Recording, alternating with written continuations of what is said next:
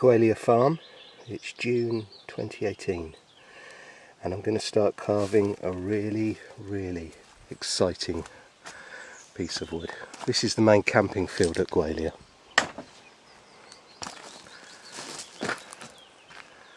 And this is a piece of bog oak that was dug up from 6 feet underground when they were doing some drainage work in this field. The field is a camping field. It was getting very wet though, very marshy. And when the farmer, one of the local farmers who's a dab hand with a digger, he found this 6 feet under the surface and decided that it would be best placed on its end in the ground, which has given me the chance to work on the most incredible piece of bog oak. It's beautiful. On one side the logs are still quite smooth, but you can see there the colour underneath is so dark, it's just beautiful. And then on the other side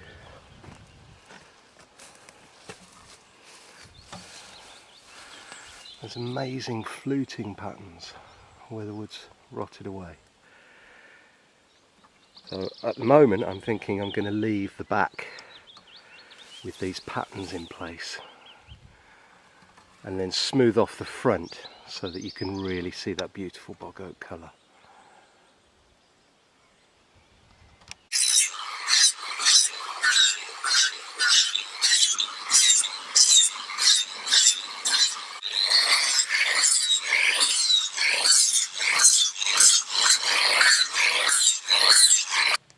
So, this is how it's looking.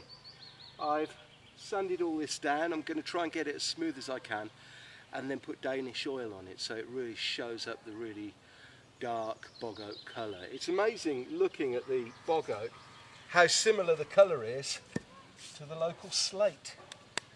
Really nice contrast. So yeah, going to smooth it down, put Danish oil on to try and preserve that polished look and that dark colour. And I'm going to leave the back of the bog oak with all the beautiful natural fluting as it came out of the ground, basically. I'm not going to change that at all, so there'll be a really nice contrast between the two sides.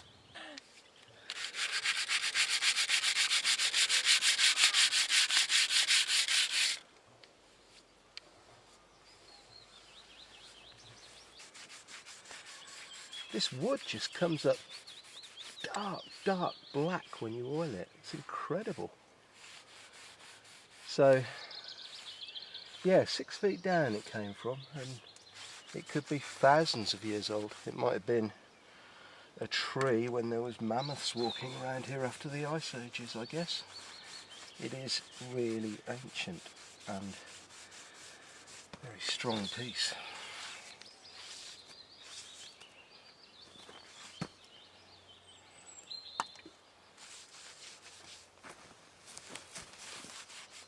It has its own aesthetic, so it makes it kind of difficult to carve, to be honest. It's a bit weird trying to turn a piece that has such a strong look to it into a sculpture.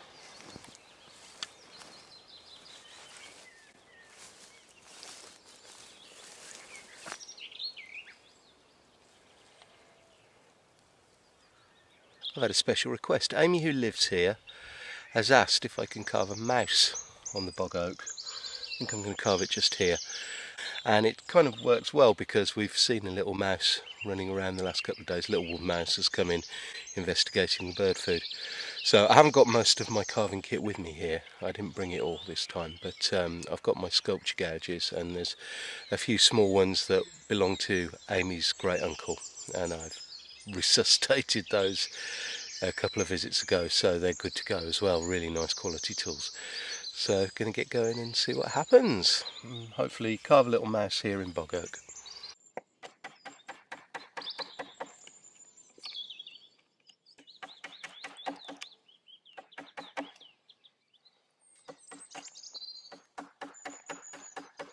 It's crazy when I'm carving away on the piece of wood.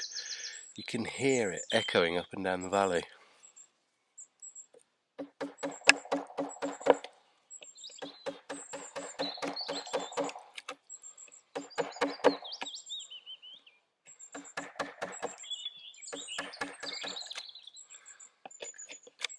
Still, it's quieter than the military jets that fly over every so often. Although, I kind of like seeing those too, it's quite interesting, even though they're very noisy.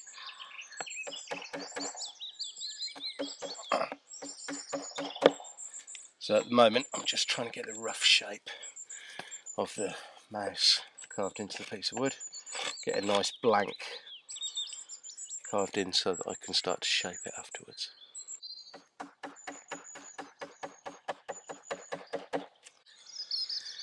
Feels like the very sunny weather that we've had for the last few days is on the change.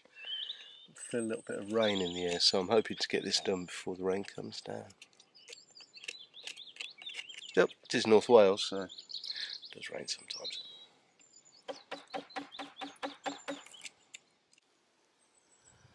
Well, there's the mouse. The bog oak's quite what I would call chewy. The chips don't really come off that quickly, they tend to hang on quite a lot. And it's interesting having a look at this wood. I don't know if you can see all these very yellow streaks in it. It's like sulphur.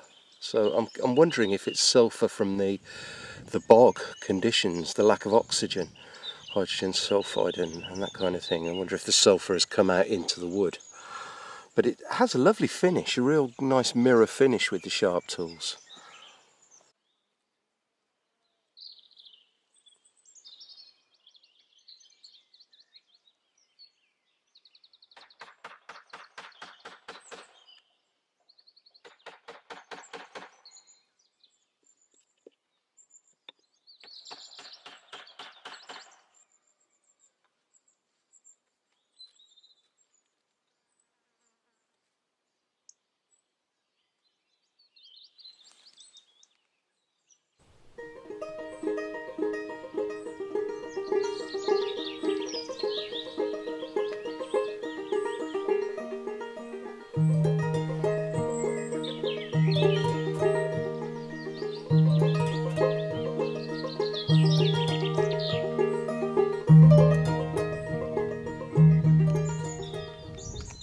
I'm really looking forward to visiting our friends at Gwalia again and hopefully doing some more carving work on this beautiful ancient piece of bog oak. I do love the contrast between the smooth front and the rough fluted rear of the piece of wood, but at the same time I know that there could be more carving work done. Although I'm a wood carver and so I'm quite used to being patient. A piece of wood this ancient and stunning really deserves a bit of time and effort put into the design process before it's carved, I think.